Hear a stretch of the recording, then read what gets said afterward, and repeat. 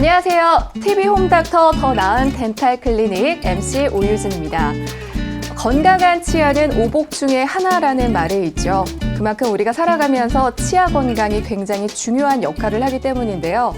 실제로 이 치아 하나가 망가지기만 해도 우리가 음식물을 섭취하든 그리고 일상생활 속에서 굉장히 크고 작은 그런 불편함을 많이들 느끼셨을 겁니다. 그래서 준비했습니다. 여러분들의 건강한 치아 관리부터 임플란트까지 정말 알차고 정확한 정보들만 쏙쏙 모아서 전달을 해드릴 건데요. 자, 그러려면 우리의 홈닥터가 있어야겠죠. 우리의 전문 주치, 우리 이인석 치주과 전문의 모셨습니다. 안녕하세요. 네, 안녕하세요. 치주과 전문의 이인석입니다. 네, 반갑습니다. 앞으로 좀 잘 부탁드릴게요, 선생님. 네. 네. 긴장하신 건 아니죠? 네, 아닙니다. 네. 자, 우리 그 옆에 미모에 우리 송경아 배우님도 자리하고 계시거든요. 안녕하세요. 치과 상식 모범생을 꿈꾸는 배우 송경아입니다.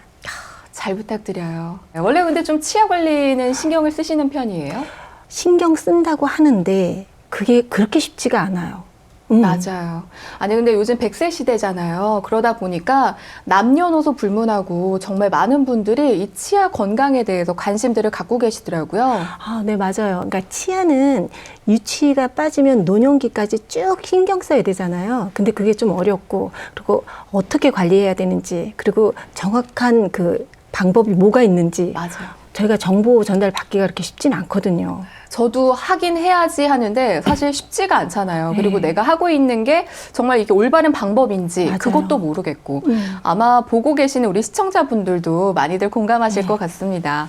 그리고 우리가 무엇보다 이제 임플란트에 대해서 얘기를 나눠볼 텐데 이게 종류도 굉장히 많다면서요, 선생님. 네, 맞습니다.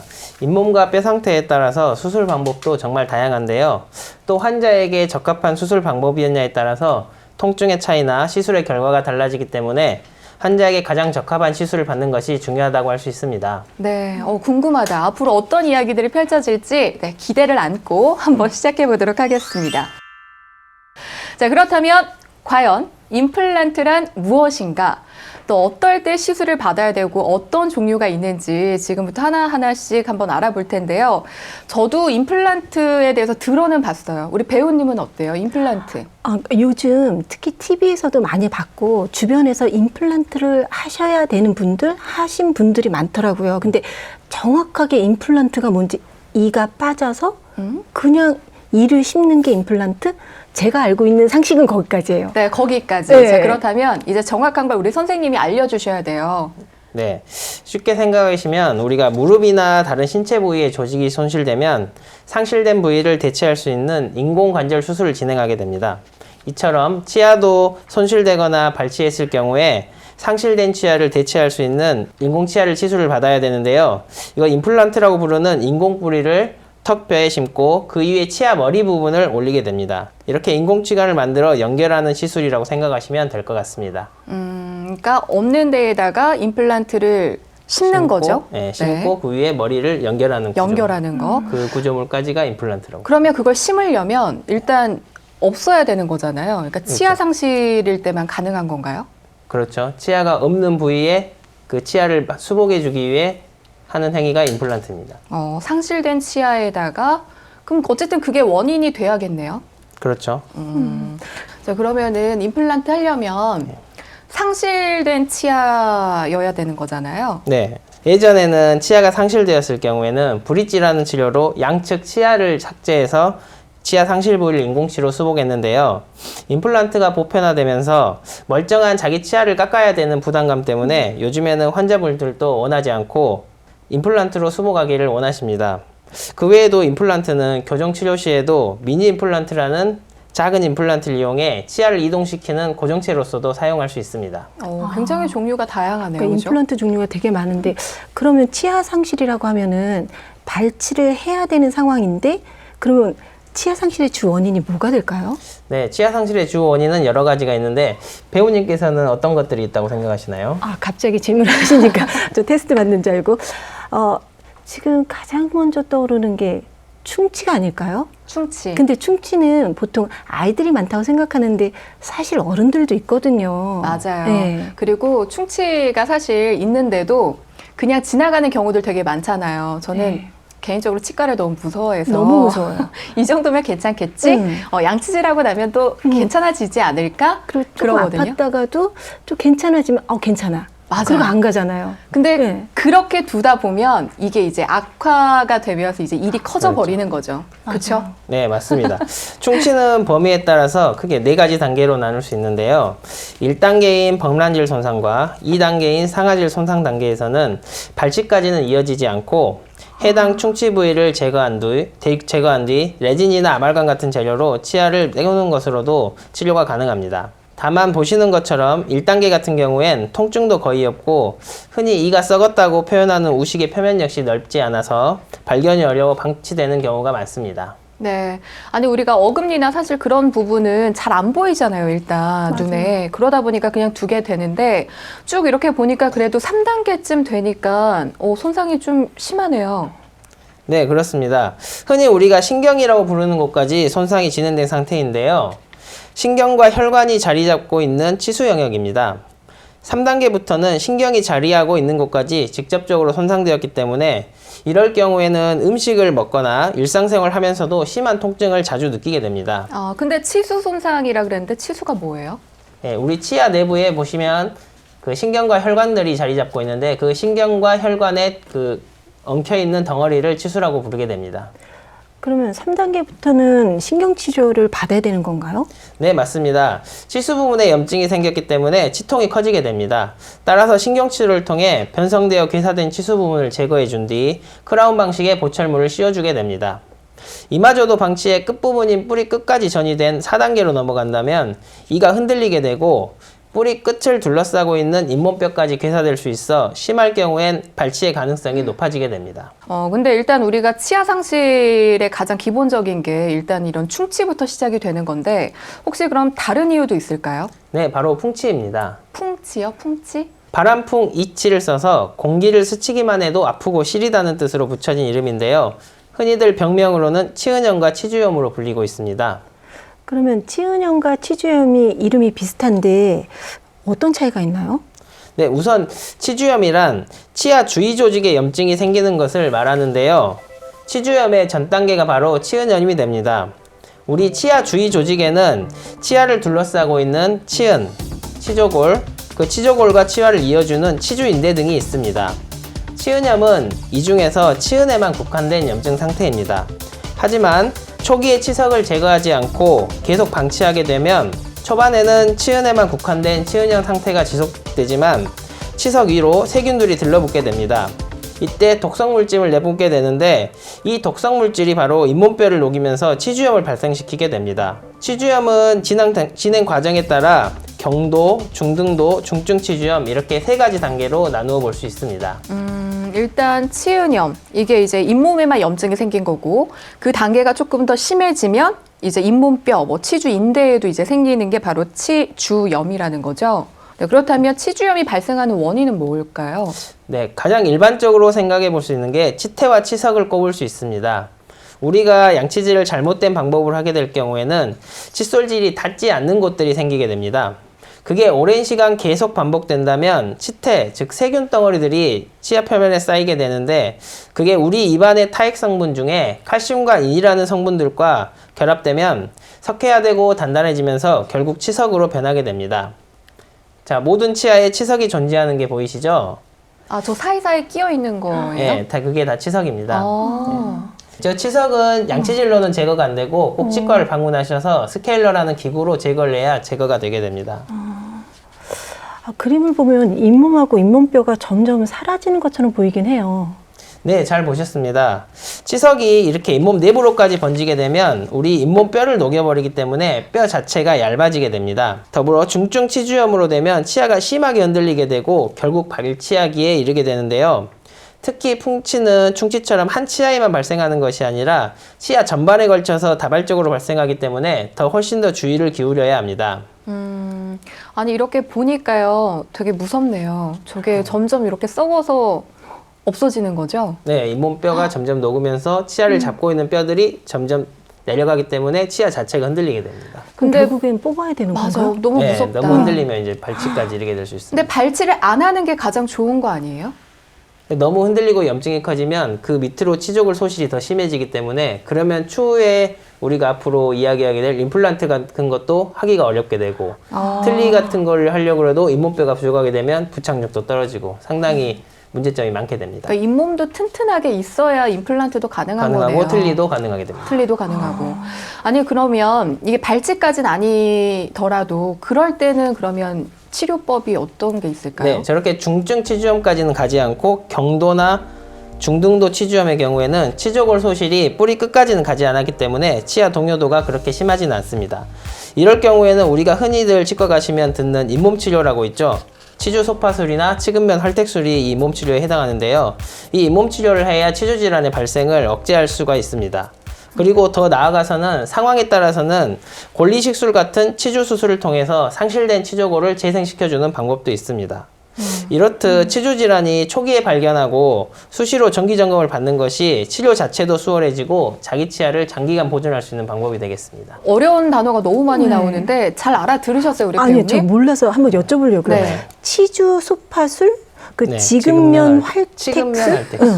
발음도 어려워요. 발음도 네. 아니 그죠. 우리 치주 소파술이라는 거는 치아와 잇몸 사이에 염증이 이렇게 개재됐을 경우 저렇게 빨갛게 보이는 잇몸 염증 상태를 큐레이시라는 기구를 통해서 염증 조직을 다 긁어내는 시술을 말합니다. 그리고 치근면 활텍수는 치근의 치아의 뿌리 부분을 치근이라고 부르는데 네. 그 치아의 뿌리 부분에 이렇게 붙어있는 치석들을 큐레이시한 기구를 이용해서 말끔히 다 긁어내는 술식을 치근면 활텍술이라고 부릅니다. 아, 저런 것도 근데 수시로 좀 해야 되는 거예요? 네, 수시로 하시는 것이 잇몸 건강에 도움이 됩니다. 그러니까 우리는 그냥 집에서 사실 양치만 하면 괜찮겠지, 각을 하면 괜찮겠지 네. 그랬는데 여러분들 전문의를 찾아가셔서 확실히 관리를 좀 받으셔야 되네요. 정기적인 검진. 양치를 정기적인. 아무리 꼼꼼히 해도 치석은 조금씩 쌓이게 되고 그 치석을 방치하게 되면 저렇게 잇몸 밑으로까지 번지게 돼서 결국 치은염이 치주염까지 발생하게 되는 겁니다. 네. 그러니까 치아뿐만 아니라 그러니까 잇몸까지도 우리가 관리를 좀 철저하게 해줘야 된다 그랬는데 사실 임플란트와 저희 오늘 계속해서 얘기를 들어보니까 아까 처음에도 얘기해 주셨지만 네. 브릿지라는 얘기를 해주셨어요. 네. 그거는 또 어떤 차이가 있을까요? 네. 우리 치과 치료 초창기에 처음에는 임플란트가 보편화되기 전에는 브릿지라고 해서 치아가 상실되었을 경우에 그 상실된 치아 양쪽 치아를 삭제를 해서 이렇게 연결을 해주는 것을 브릿지라고 했습니다. 하지만 임플란트가 보편화되면서 상실치가 생겼을 때 양측 인접치아, 자기 자연치아를 멀쩡한데 깎는 거에 대해 환자들이 상당히 불편감을 느끼게 돼서 그렇죠. 요즘에는 임플란트 자체로 그냥 수복을 하게 되고 있습니다. 근데 궁금증이 있는데 네. 치주염이 심해서 발치를 할 경우에 네. 그 잇몸이랑 치조골이 많이 약해져 있잖아요. 네. 그럴 때는 그 치조골에 임플란트를 심고 이런 게 가능할까요? 치료가 가능할까요? 네, 치주염이 심하지 않은 경우에 비해서는 힘들지만 대부분의 경우에는 임플란트 시술이 다 가능한데요. 혹시 치조골 소실이 너무 심해서 임플란트를 식립할 수 없을 정도까지 치조골 소실이 심한 경우에는 골리식술을 동반해서 임플란트를 시술하게 됩니다. 그러면 치조골 소실이 이렇게 심해질수록 수술은 더 힘들고 비용도 훨씬 더 올라가게 되겠죠.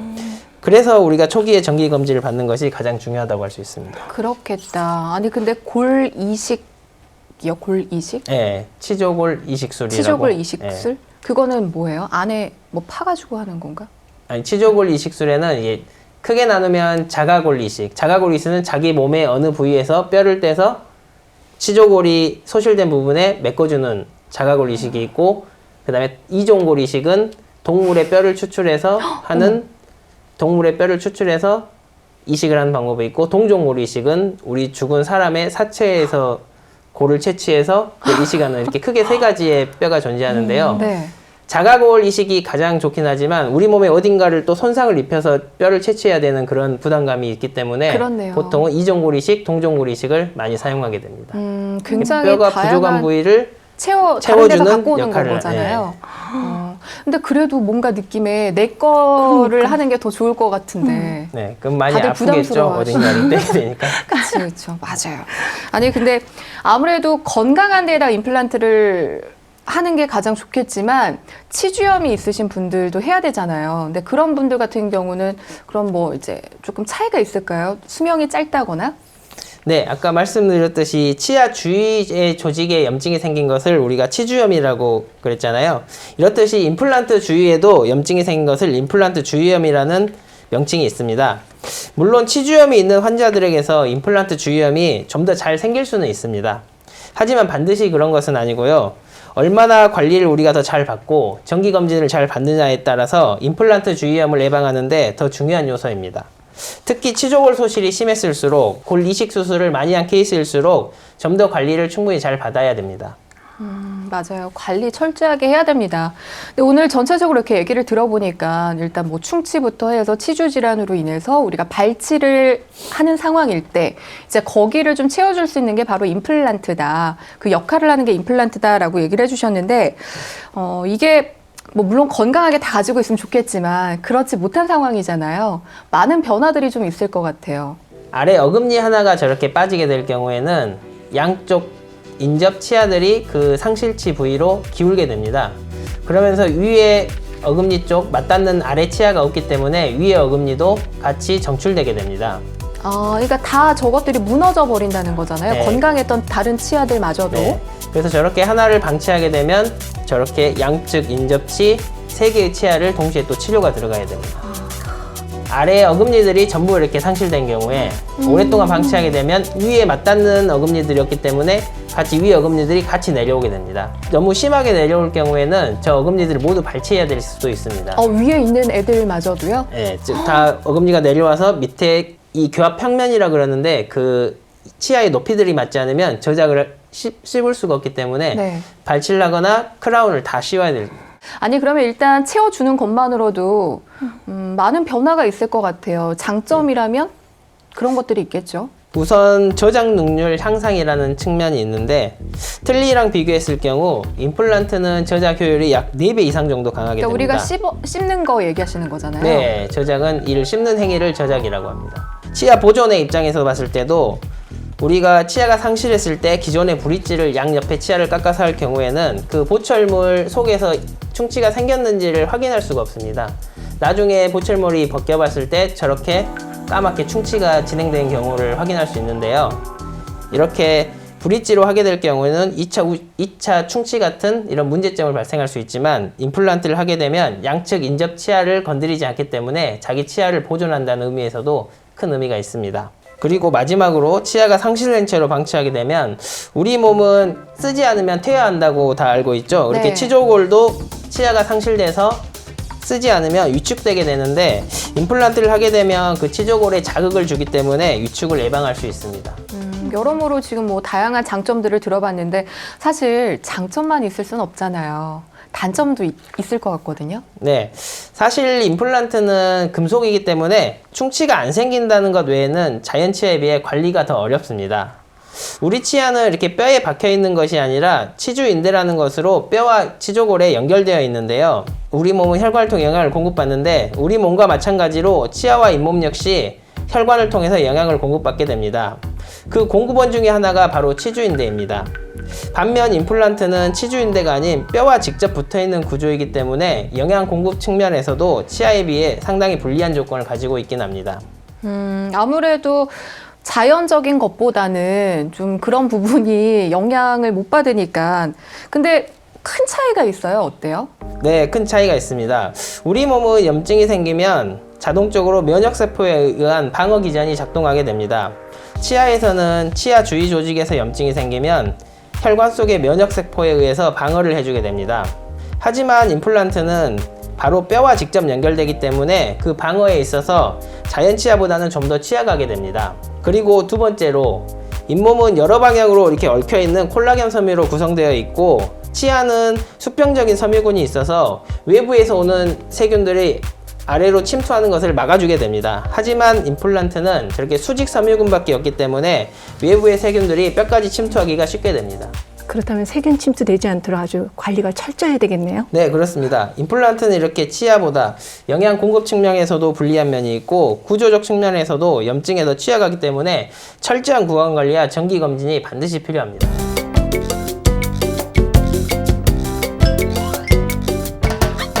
자, 이렇게 치아 또 특히 임플란트에 대해서 저희가 좀 얘기를 나눠봤는데요.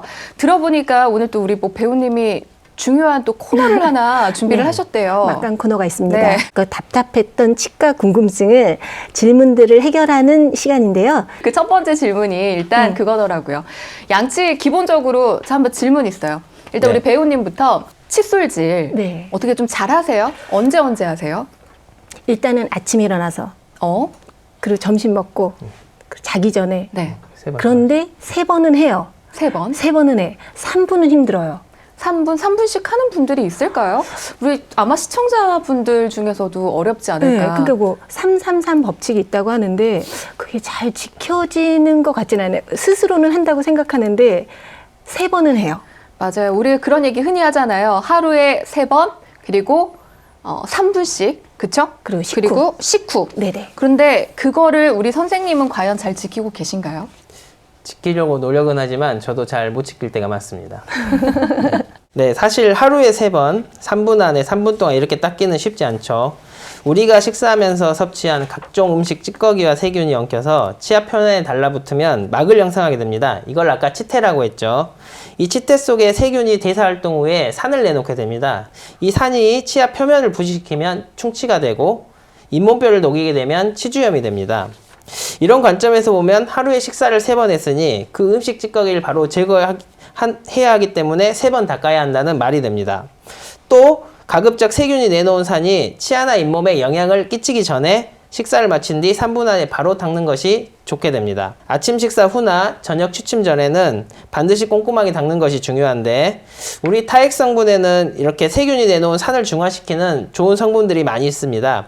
그런데 아침에 일어나서나 수면 시에는 타액 분비량이 많지 않습니다. 그래서 그 산을 중화시키기가 어렵기 때문에 반드시 아침에 일어나서 자기 직전에는 꼼꼼히 닦아야 됩니다. 보통 칫솔에 치약을 많이 묻혀서 그리고 또 거품을 많이 내야지만 저희들이 생각했을 땐 좋다고 생각하는데 맞아요. 이게 잘못된 상식이라고 하더라고요. 그게 맞나요? 네, 그렇습니다. 치약에는 연마제나 계면활성제 성분이 들어있는데 치약을 너무 많이 묻히게 되면 그 연마제로 인해서 치아가 많이 다를 수가 있습니다. 그리고 계면활성제 성분은 제대로 입안이 잘 헹궈내지지 않는다면 우리 구강 전망에 자극을 주게 됩니다.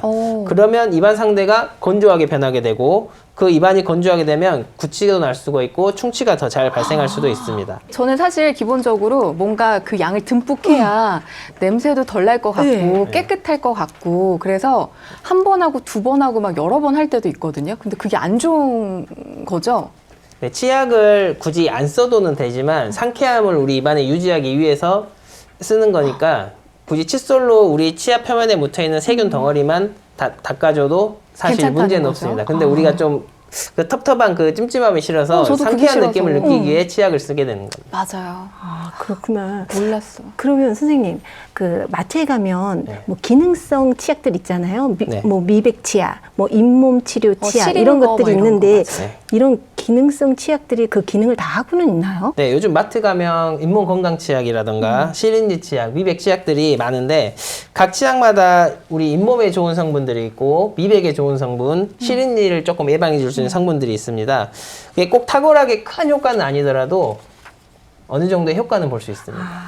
근데 제가 보니까 치약이 중요한 게 아니라 일단 올바른 양치법으로? 양치질이 네. 가장 중요한 것 같은데 어떻게 해야지 좋을까요? 우리가 흔히 방송에서도 예전에 드라마에서 나왔던 분노의 칫솔질 같은 이렇게 옆으로 닦는 그것도 세게 닦는 그런 횡막법 같은 경우에는 우리 치아의 목부위 그 치경부라고 부르는데 잇몸과 치아의 경계 부위가 이렇게 패이게 됩니다. 그러면 치아가 시린 증상도 생기고 나중에 더 심해질 경우에는 신경치료까지도 이어질 수도 있습니다. 이 칫솔 나 지금 너무 흥분했어. 칫솔질을 그렇게 치아의 하는 것만으로도 치아의 그림을 보시면 이게 치아가 있으면 그 네. 안에 신경관이 이렇게 한 줄이 있는데 치아의 목부위가 계속 패이면서 그 신경관까지 도달하게 되면 신경 손상이 오게 됩니다. 어머. 그러면 신경치료까지도 갈 수 있는 상황도 발생할 수 있습니다. 그래서 어떻게 하라고요, 선생님? 꼼꼼히 잘 부드럽게 위에 상악은 위에서 아래로 위에서 하악은 아래로 아래에서 위로 위 아래 위 아래 네. 꼼꼼한 밑에 거는 아래까지. 아래에서 위로. 이게 치아가 나는 방향 쪽으로 이렇게 칫솔질을 해주시면 가장 좋습니다. 사실 우리 아이들 있는 집에서는 그렇게들 해주잖아요, 애기들. 이렇게 해라라고 그쵸. 하는데 본인은 본인은 파워, 네. 분노의 양치질을 네. 여러분 오늘 양치질 어떻게 하셨습니까? 들으셨죠? 이게 정말 잘해야 되네요. 꼭 세게 한다고 좋은 게 아닙니다. 그렇네요. 그리고 양을 많이 한다고 해서 좋은 것도 아니고, 그러니까 올바른 상식으로 올바른 방법으로 해야 우리의 치아 건강을 여러분들 챙길 수가 있습니다. 자, 속 시원한 3분 덴탈 상식. 네, 오늘은 여기까지고요. 저희가 계속해서 앞으로도 이 시간 준비되어 있잖아요. 네. 궁금한 거 많이 여쭤볼게요, 선생님. 네. 지금부터 관리를 참 철저하게 잘해줘야겠구나 이런 생각이 좀 들었거든요. 우리 선생님은 오늘 함께 하시면서 어떠셨나요? 네, 오늘 임플란트란 무엇인지에 대해 최대한 알기 쉽게 전달하려고 노력했는데 잘 전달이 됐는지 모르겠네요. 어떻게 우리 모범생 네. 잘 전달됐고 건강한 치아 관리를 위해서 이렇게 쉽게 알아듣게 설명을 들으니까 제가 앞으로 치아 건강 상식 모범생으로서 열심히 한번 계속 알아가도록 노력해 보겠습니다. 네, 우리 치아 건강을 대표할 수 있는 모범생. 모범생 우리 배우님 다음 주에도 기대해 보도록 하겠습니다. 그러면 저희 다음 주에는 선생님 어떤 이야기를 좀 해주실 예정이신가요? 네, 다음 주부터는 오늘 이렇게 설명한 임플란트가 실제로 적용되는 케이스에 대해서 설명드릴 예정인데요. 그 중에서도 무치약 환자분들을 위한 임플란트에 대해서 설명드리도록 하겠습니다. 무치약 환자요? 네, 이가 하나도 없는 분들, 없을무, 이치, 턱, 악을 써서 이가 하나도 없는 분들을 무치약 환자분들이라고 부릅니다. 우리가 흔히 일단 그럴 때 뭐 틀니를 틀니나? 하시거나 네. 임플란트를 하시니까 요거 관심 있는 분들 많이들 계실 것 같아요. 저희 다음 주 여러분들 놓치지 말고 함께 해주시길 바라겠습니다. 자, 오늘 짧지만 또 이렇게 여러분들과 함께 유익한 시간 보냈습니다. 함께 해주셔서 감사드리고요. TV 홈닥터 더 나은 덴탈 클리닉 저희는 다음 주에 다시 돌아오도록 하겠습니다. 감사합니다.